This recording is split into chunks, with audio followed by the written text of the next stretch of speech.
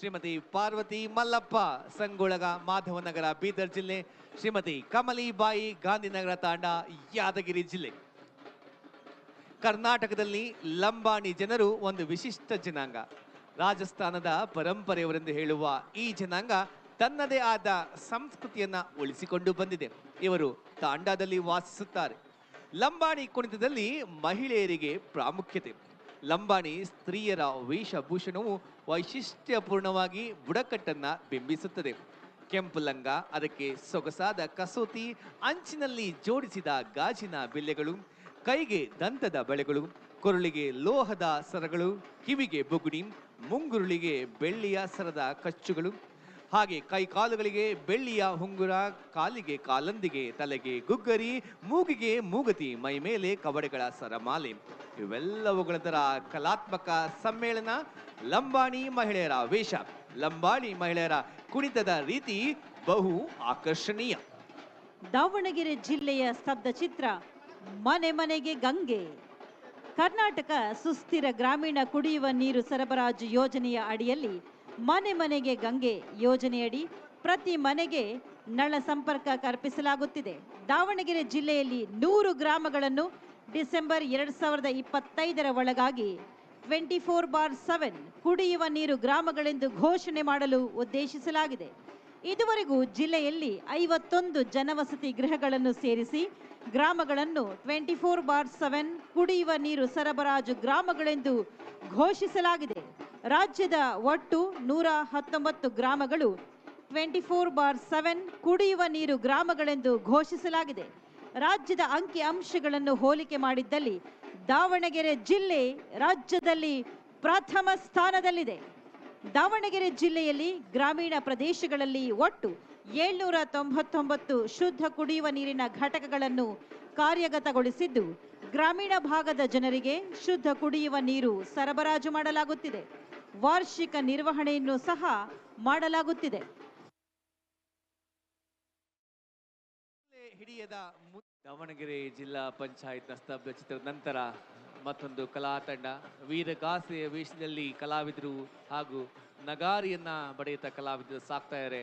ಹಾಗೆ ಡೊಳ್ಳಿನ ತಂಡ ಕೂಡ ವಿಶೇಷವಾಗಿ ಸಾಕ್ತಾ ಇದೆ. ಮಳೆಯ ನಡುವೆಯೂ ಕೂಡ ಕಲಾವಿದರ ಆಸಕ್ತಿ ಸ್ವಲ್ಪವೂ ಕೂಡ ಕುಂದಿಲ್ಲ.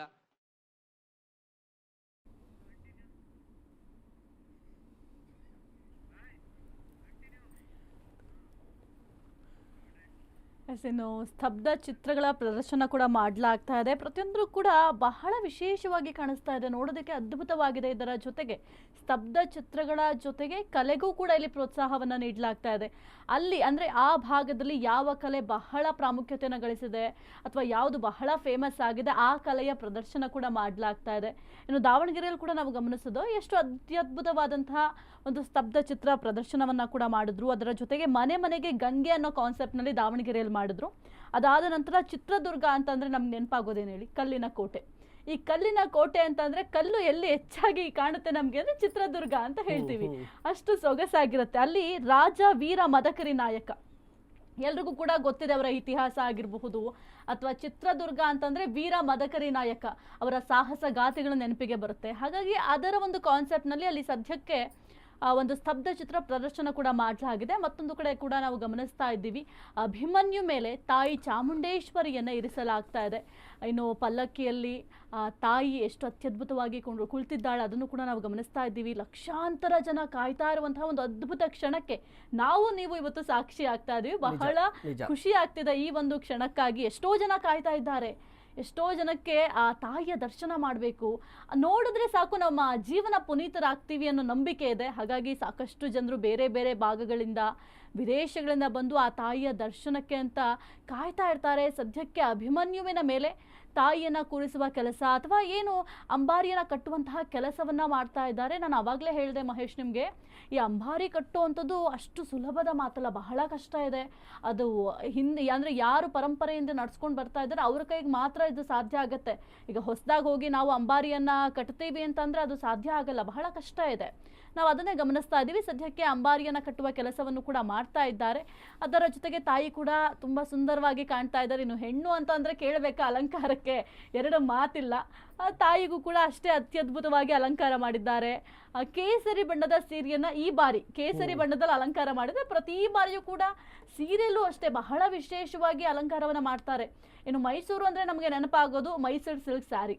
ಇತ್ತೀಚಿನ ದಿನಗಳಲ್ಲಿ ಬಹಳ ಪ್ರಾಮುಖ್ಯತೆ ಕೂಡ ಗಳಿಸ್ತಾ ಇದೆ. ಎಲ್ಲೇ ನೋಡಿದ್ರು ಕೂಡ ಮೈಸೂರು ಸಿಲ್ಕ್ ಸ್ಯಾರಿ ಅಂತ ಹೇಳ್ತಾ ಇರ್ತಾರೆ. ಹಾಗೆ ತಾಯಿಗೂ ಅಷ್ಟೇ ಮೈಸೂರು ಸಿಲ್ಕ್ ಸ್ಯಾರಿ ಏನಿದೆ, ತಾಯಿಗೂ ಈ ಬಾರಿ ವಿಭಿನ್ನವಾಗಿ ಅಲಂಕಾರವನ್ನು ಮಾಡಿದ್ದಾರೆ. ನೋಡೋದಕ್ಕೆ ಬಹಳ ಖುಷಿ ಆಗುತ್ತೆ. ಅದರ ಜೊತೆಗೆ ಅಭಿಮನ್ಯುಗೂ ಅಷ್ಟೇ ವಿಶೇಷವಾದ ಅಲಂಕಾರವನ್ನು ಮಾಡಿದ್ದಾರೆ. ಇನ್ನು ಆವಾಗಲೇ ನಾನು ಹೇಳ್ತಾ ಇದ್ದೆ ಮಹೇಶ್ ನಿಮಗೆ, ಏನು ಮೈಸೂರು ಸ್ಯಾಂಡಲ್ ಸೋಪ್ ಏನು ಹೇಳ್ತೀವಿ ಬಹಳ ಪ್ರಾಮುಖ್ಯತೆನ ಗಳಿಸಿದೆ. ಅಷ್ಟೇ ಲಾಭದಲ್ಲಿ ಕೂಡ ಈಗ ಒಳ್ಳೆ ಲಾಭ ಕೂಡ ಪಡಿತಾ ಇದೆ. ಈ ಮೈಸೂರು ಸ್ಯಾಂಡಲ್ ಸೋಪ್ ಅನ್ನೋದು ಅವ್ರಿಗೆ ಕಾನ್ಸೆಪ್ಟ್ ಹೇಗೆ ಸಿಕ್ತು ಅಂತ ಅಂದರೆ, ಎರಡನೇ ವಿಶ್ವ ಮಹಾಯುದ್ಧ ಆಗ್ತಾ ಇತ್ತಲ್ಲ, ಆ ಒಂದು ಸಂದರ್ಭದಲ್ಲಿ ಶ್ರೀಗಂಧವನ್ನ ಮೈಸೂರಿನಲ್ಲಿ ಯಥೇಚ್ಛವಾಗಿ ಬೆಳೀತಾ ಇದ್ರು. ಆ ಶ್ರೀಗಂಧವನ್ನ ಏನು ಮಾಡಬೇಕು, ಯಾಕೆಂದ್ರೆ ಗಂಧದ ಎಣ್ಣೆಯನ್ನ ಮಾಡಿ ಮಾರಾಟ ಮಾಡ್ತಾ ಇದ್ರು, ಅದೇ ಅವ್ರಿಗೆ ಲಾಭ ಆಗ್ತಾ ಇದ್ದಿದ್ದು, ಅದೇ ಒಂದು ಉದ್ಯಮವಾಗೂ ಕೂಡ ಆ ಸಂದರ್ಭದಲ್ಲಿ ತಗೊಳ್ತಾ ಇದ್ರು.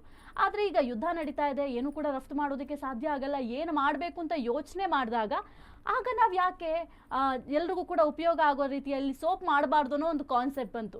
ಅದೇ ಈಗ ನಾವು ನೀವೆಲ್ಲ ಉಪಯೋಗಿಸ್ತಾ ಇರುವಂತಹ ಮೈಸೂರು ಸ್ಯಾಂಡಲ್ ಸೋಪ್. ಇಲ್ಲಿ ಶ್ರೀಗಂಧದ ಸೋಪ್ ಅಂತಾನೆ ಹೇಳ್ತೀವಿ. ಆ ಸಂದರ್ಭದಲ್ಲಿ ಅದನ್ನ ಈಗ ಬೆಳೆದಿದ್ದೀವಿ, ಹಾಳು ಮಾಡೋದಕ್ಕಂತೂ ಸಾಧ್ಯ ಇಲ್ಲ, ಅಥವಾ ರಫ್ತು ಮಾಡೋಣ ಅಂತಂದ್ರೆ ಅದಕ್ಕೆ ಈಗ ಅವಕಾಶ ಇಲ್ಲ.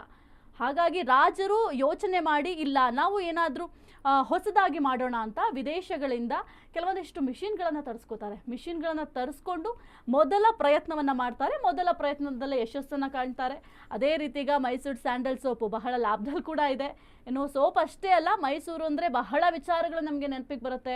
ಮೈಸೂರು ಮಲ್ಲಿಗೆ ಆಗಿರಬಹುದು, ಅಥವಾ ಮೈಸೂರು ಪಾಕ್ ಆಗಿರಬಹುದು. ಆಗಲೇ ಹೇಳ್ತಾ ಇದೆ ಮೈಸೂರು ಪಾಕ್ ಇದು ಯಾವ ರೀತಿ ಕಾನ್ಸೆಪ್ಟ್ ಬಂತು ಅಂತಂದರೆ, ರಾಜರಿಗೆ ಭಟ್ರು ಏನಿರ್ತಾರೆ, ಅಡುಗೆ ಭಟ್ರು ಇರ್ತಾರಲ್ಲ, ಅವರು ಪ್ರತಿ ಬಾರಿ ಕೂಡ ವಿಶೇಷವಾದ ಅಂದರೆ ಸಿಹಿಯನ್ನು ಕೊಡಬೇಕು. ಈಗ ಯಾರಿಗೇ ಆಗಲಿ ನಮ್ಮನ್ನು ಹೊಗಳುತ್ತಾರೆ ಅಂತಂದರೆ ಬಹಳ ಖುಷಿ ಆಗುತ್ತೆ. ಇಲ್ಲ ರಾಜರು ಅಂತಂದಾಗ ರಾಜ ಗಾಂಭೀರ್ಯದಿಂದಲೇ ಇರ್ತಾರೆ ಅವರು, ಅಥವಾ ಬೇರೆಯವ್ರ ಹತ್ರ ತಮಾಷೆ ಮಾಡೋದು, ಆ ರೀತಿಯ ನಡವಳಿಕೆ ಆಗಿರಬಹುದು, ಆ ರೀತಿ ಇರೋದಿಲ್ಲ ರಾಜ ಮಹಾರಾಜರಂದರೆ. ಬಹಳ ಗಾಂಭೀರ್ಯದಿಂದ ಇರ್ತಾರೆ. ಏನು ಸಿಹಿ ಮಾಡಬೇಕು ಅಂತ ಯೋಚನೆ ಮಾಡಿದಾಗ ನೆನಪಾಗೋದು ಅಂದ್ರೆ ಮೈಸೂರು ಪಾಕ್ ಅನ್ನೋ ಹೆಸರು ಅವ್ರು ಕೊಟ್ಟಿರ್ಲಿಲ್ಲ. ಇದೊಂದು ಮೈಸೂರು ಪಾಕ್ ಅಂತ ಅವರು ಮಾಡಿದಂತಹ ಭಟ್ರಿಗೆ ಗೊತ್ತಿರೋದಿಲ್ಲ ಇದು ಮೈಸೂರು ಪಾಕ್ ಅಂತ. ಆ ಸಂದರ್ಭದಲ್ಲಿ ಅದೊಂದು ಸ್ವೀಟ್ ಮಾಡೋಣ ಅಂತ ಮಾಡ್ತಾರೆ. ಆಗ ರಾಜರ ತಿಂದು ಬಹಳ ಖುಷಿ ಪಡ್ತಾರೆ.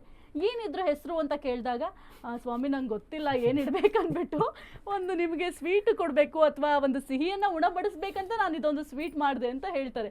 ಆಗ ಹುಟ್ಕೊಂಡಿದ್ದೆ ಈ ಒಂದು ಮೈಸೂರು ಪಾಕ್. ಸದ್ಯಕ್ಕೆ ಗಮನಿಸ್ತಾ ಇದ್ದೀವಿ ಎಷ್ಟು ಸುಂದರವಾಗಿ ಕಾಣ್ತಾ ಇದ್ದಾರೆ. ಅಂತಿಮ ಹಂತದ ಸಿದ್ಧತೆ ಮಾಡ್ತಾ ಇದ್ದಾರೆ ನೋಡಿ. ಮೈಸೂರಿನ ಜಂಬೂ ಸವಾರಿಯಲ್ಲಿ ಚಿನ್ನದ ಅಂಬಾರಿ ಪ್ರಮುಖ ಆಕರ್ಷಣೀಯ, ಬರೋಬ್ಬರಿ 750 kg ಇದೆ ಅಂತ ಹೇಳ್ತಾರೆ. ಬಟ್ ಇಡೀ ಅಂಬಾರಿ ಚಿನ್ನದ ಅಂತ ಹೇಳಿದ್ರೆ ಅಲ್ಲ. ಹೌದು, ಇಡೀ ಅಂಬಾರಿ ಚಿನ್ನದಲ್ಲ. ಎಲ್ಲರೂ ಕೂಡ ನಾವು ಕೂಡ ಕೇಳಿದ್ದೀವಿ ಅಂತ. ಅಂದರೆ ಬರೀ 750 kg ಅಂತ ಹೇಳ್ತಾರೆ. ಬಟ್ ಈ ಚಿನ್ನದ ಅಂಬಾರಿ ಅಂತ ಹೇಳಿದ್ರೆ ಇಡೀ ಅಂಬಾರಿಯೇ ಚಿನ್ನ ಅಲ್ಲ ಅಂತ ಕೂಡ ಹೇಳ್ತಾರೆ. ಹೌದು. ಯಾಕೆ ಅಂತ ಹೇಳಿದ್ರೆ ಅಂಬಾರಿಯಲ್ಲಿ ಕೇವಲ 80 kg ಮಾತ್ರ ಚಿನ್ನ ಇದೆ ಅಂತ. ಕೇವಲ 80 kg ಮಾತ್ರ ಇದೆ. ಇನ್ನು ಉಳಿದಂತೆ ಎಲ್ಲವೂ ಕೂಡ ಮರದಿಂದ ಬಳಕೆ ಮಾಡಿದ್ದಾರೆ ಅಂತ. ಅಂಬಾರಿ ಮರದ್ದೇ ಇತ್ತು. ಈಗ ಸ್ವಲ್ಪ ಕಾಲ ಬದಲಾದಂತೆ ಸ್ವಲ್ಪ ಚಿನ್ನವನ್ನ ಲೇಪನ ಮಾಡಲಾಗಿದೆ. ಚಿನ್ನದ ಅಂಬಾರಿ ಅಂತ ನಾವು ಕರಿತೀವಿ ಅಷ್ಟೇ. ಹೌದು ಹೌದು. ನೋಡಿ ಮತ್ತೊಂದೇನು ಅಂತ ಹೇಳಿದ್ರೆ, ಒಂದು ನೋಡಿ ಪ್ರಮೋದಾದೇವಿಯವರು ಕೂಡ ನೋಡ್ತಾ ಇದ್ದಾರೆ ಕಿಟಕಿಯಿಂದ ಅಂತ. ಅಂದರೆ ಈ ಅಂಬಾರಿಯನ್ನು ಕಟ್ಟುವಂಥ ಪ್ರಕ್ರಿಯೆ ಸಂದರ್ಭದಲ್ಲಿ ರಾಜವಂಶಸ್ಥರು ಅದನ್ನು ಗಮನಿಸ್ತಾ ಇರ್ತಾರೆ ಅಂತ ಪ್ರತೀತಿ.